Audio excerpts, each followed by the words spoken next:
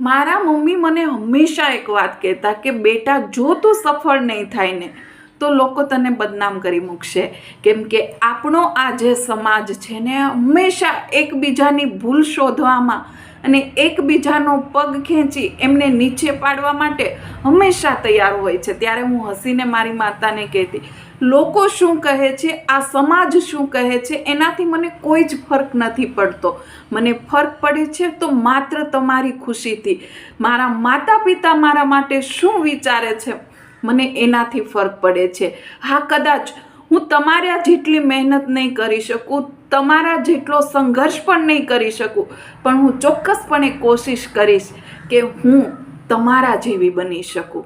અને મને મારા માતા પિતા ઉપર ગર્વ છે. એટલા માટે જ કહું છું કે હું પણ એવું કામ કરીને બતાવીશ કે મારા માતા પિતા મારા માટે ગર્વ કરે. કોમલની વાત.